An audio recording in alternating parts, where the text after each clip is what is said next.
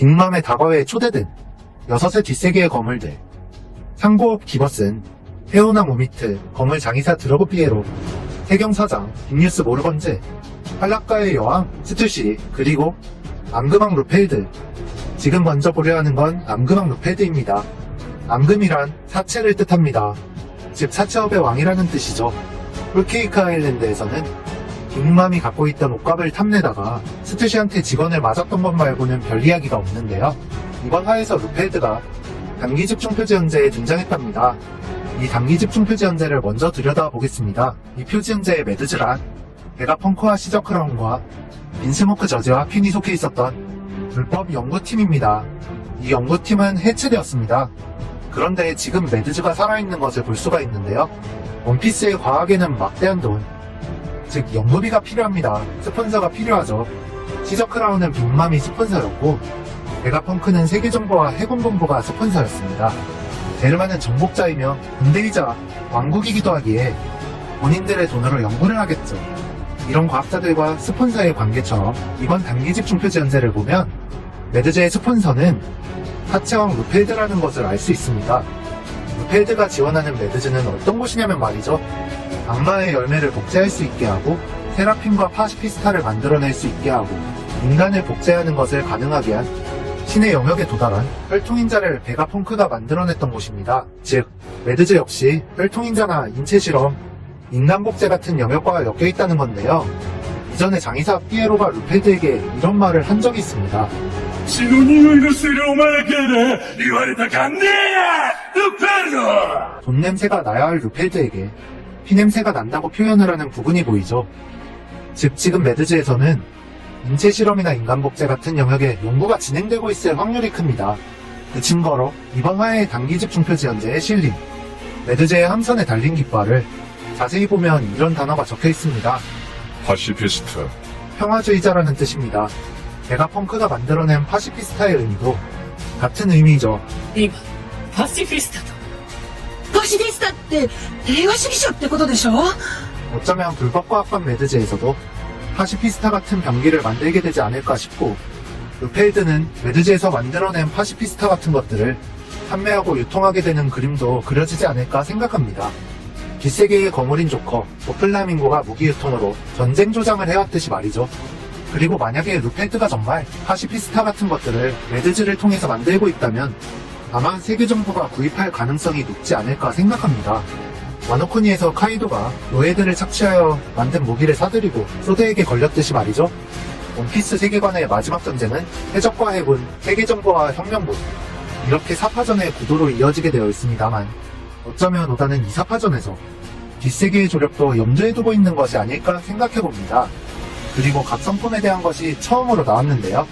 각성품의 특징이 몸에 둘러싸인 연기라고 한다면 이것은 폐왕색의 소유자였던 야마토에게도 있었습니다. 루피는 각성하기 이전인 기어코 때도 연기가 있었으므로 해당은 안 되지만 야마토도 각성인 건지 확실하지 않기에 아직 동물계의 각성에 대한 정보가 많이 부족한 것 같습니다. 각성에 대하여 잠시 보고 넘어가면 いいかひよっこ悪魔の実の能力にはまだ覚醒という上のステージがあるんだ 초인계의 각성은 能力はまでに覚醒し己以外にも影響を与え始める 능력자의 신체에만 국한되던 능력이 주변 사물이나 기술에 영향을 주는 것이고 자연계의 각성은 언급된 적이 없고 동물계의 각성은 復活は当然あいつらは覚醒したゾーン系の能力者だ異常なタフさと回復力が売りなのさ 회복력과 강인함 말고는 나온 정보가 없었습니다. 동물계의 끝판왕인 카이도의 전투신에서 동물계의 각성에 대한 설명이 별로 없이 카이도의 회복력과 강인함을 보며 동물계는 겉으로 드러나는 특징은 없나보다 했는데 각성품이 따로 등장한 걸 보면 회복력과 강인함 외에도 다른 부가 설명이 나오지 않을까 싶습니다. 임펠다운의 옥졸스들은 뒤에 연기가 없이도 각성한 상태였기 때문이죠. 다음으로 넘어가면 지금 루치와 루피가 과거의 싸움을 재현하듯이 싸움을 하고 있는데요. 사소한 설정들을 보고 가면 루피는 조로를 딱 한 번 적대한 적이 있습니다. 俺はお前を許さねえ勝負だ 더 심하게 말하면 죽이려고 했죠. 殺す気か。ああ死ねお前みてえな恩知らずは俺がぶっ飛ばしてやる恩知らず 그건 자신에게 밥 준 사람을 공격했기 때문입니다. 그래서 지금 이런 대사를 굳이 넣으며 루피가 화난 상태가 되었다는 걸 알려주고, 과거에 2년 만에 루피가 센토마루와 다시 만났을 때 루피답지 않게 적에게 이런 말을 남기며 お前とはまたどっかで会いそうな気がする 왜인지는 모르겠지만 루피는 센토마루에게 큰 적이가 없는 상태에서 루치가 목숨을 노리기까지 했으니 루치는 이번 에그헤드 에피소드에 루피의 큰 적이 될 것 같지만 아마 루피와 루치의 충돌은 잠깐일 것이라 생각합니다. 왜냐하면 에피소드를 불편하게 할 요소 두 가지가 에그헤드로 오고 있기 때문이죠. 첫 번째는 키자루입니다. 키자루의 정의는 애매하게 가는 정의입니다. 스탠스가 정말 애매하지만 제일 말 잘 듣는 대장이기도 합니다. 아카이누가 가라면 가고 가지 말라면 가지 않고 출동할 때는 제일 열심히 일하는 대장이죠. 그렇기에 에그헤드의 키자루가 오더라도 루피와 싸우지 않고 루치를 저지하게 되지 않을까 싶습니다. 이번 화에서는 루피가 상황이니 루피의 행동 하나하나가 주목되고 서신에 조심해야 한다는 설정을 넣고 있기 때문이죠. 그리고 에피소드를 급변하게 만들 또 하나의 요소는 쿠마입니다. 쿠마의 도톰도톰 열매는 머프가 아닙니다. 핑견에서 보내는 비행이죠. 루피가 여인섬으로 날려졌을 때는 며칠을 날아가서 도착을 했답니다. 즉 지금 쿠마도 날아오는 중이란 걸 알 수 있는데요.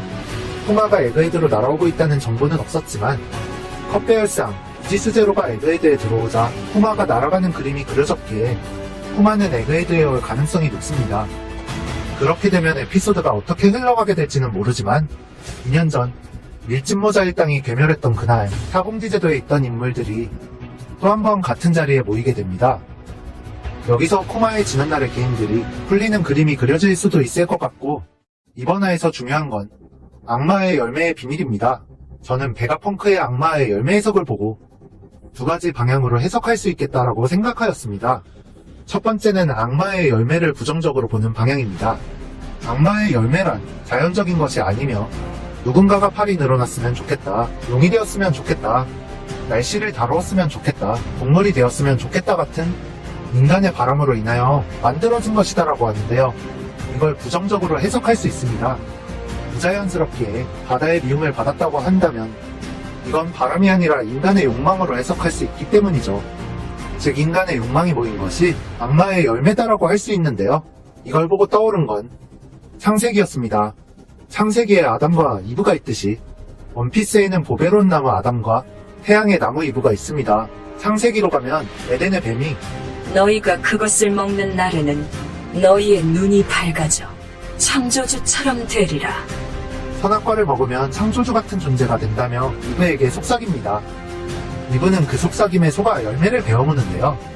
이 순간을 이브가 창조주처럼 되고 싶다는 욕망으로 표현하기도 합니다. 그리고 신은 이브를 괘씸히 여겨 에덴에서 쫓아내고 벌을 주죠. 흐름이 비슷합니다. 욕망으로 인하여 선악과를 베어물고 신의 미움을 산 것과 욕망으로 인하여 악마의 열매를 먹고 바다의 미움을 산 부분이 말이죠.